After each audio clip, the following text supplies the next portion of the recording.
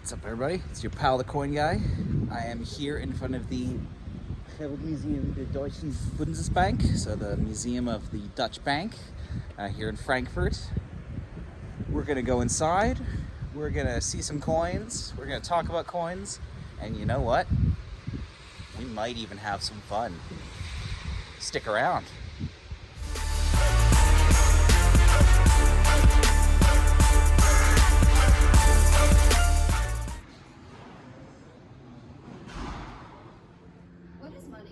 So in this museum, you get a lot of examples of stuff where it's not just about, say, coins themselves or money itself, but it's kind of the intrinsic value. It's the what does it actually mean?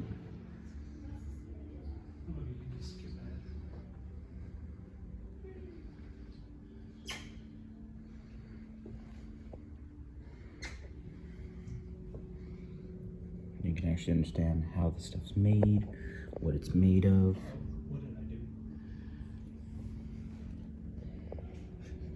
You get the minting presses for the dies. And of course you have the historical overview from the beginning in Asia Minor all the way.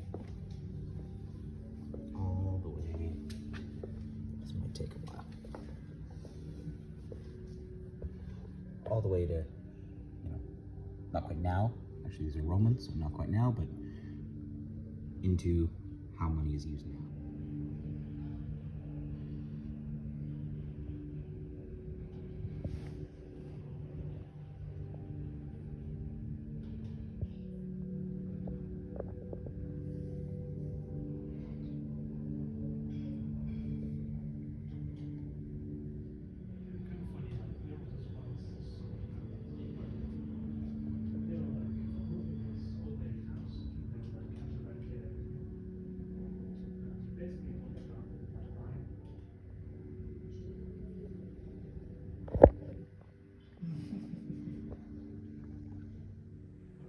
So now, this is something that I've talked about in other videos as well, about weighing coins. So you have to weight like this with your coin on one end, your weight on another, and then what you end up doing is you weigh it and you see, does it measure out?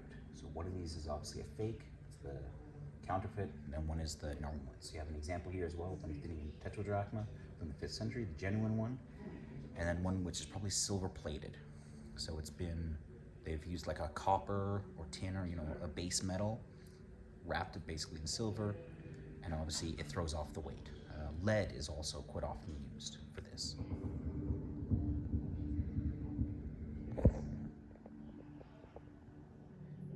So the museum even goes into things like bills of exchange and money in written form. So this is not money, but this is a cuneiform tablet from 1799 BC. That is basically saying somebody has bought a garden from somebody, and it's 58 grams of silver. He has paid the full price, and then it just goes into details of when exactly. So this is our first kind of receipts, and then it moves on to, stuff like this. And, well, you've all seen receipts before, so yeah, that's how it's evolved.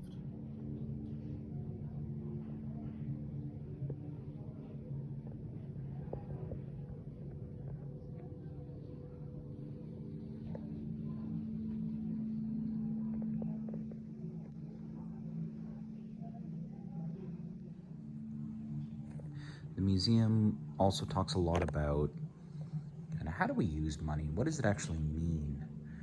So you get an understanding of, if you have 20 euros, what can it buy? Is it a 2 euro? Is it an 18 euro? Of course, many of us have heard of post-World War I, the inflation in Germany. So you had inflation money in 10 million marks, 500 million, kind of crazy numbers, because unfortunately the money was not worth anything at a certain point.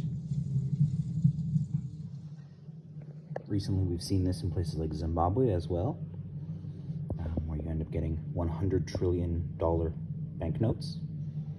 I believe believe Zimbabwe has recently gotten rid of this currency and adopted a new one. I might need to check my facts on that one. Cheese.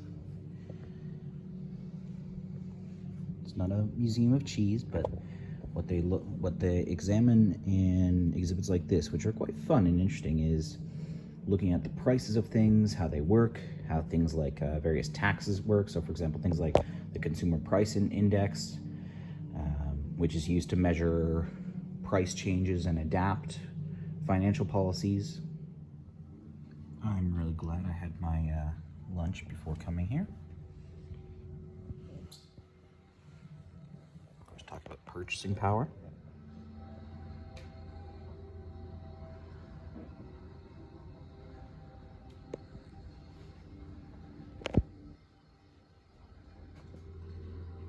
Yay, my people.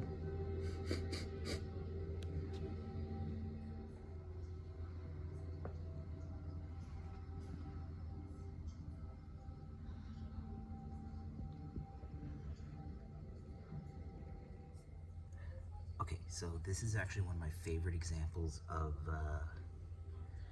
kind of interesting economics, and I've made a reference to this in some of my videos before about kind of restaurants.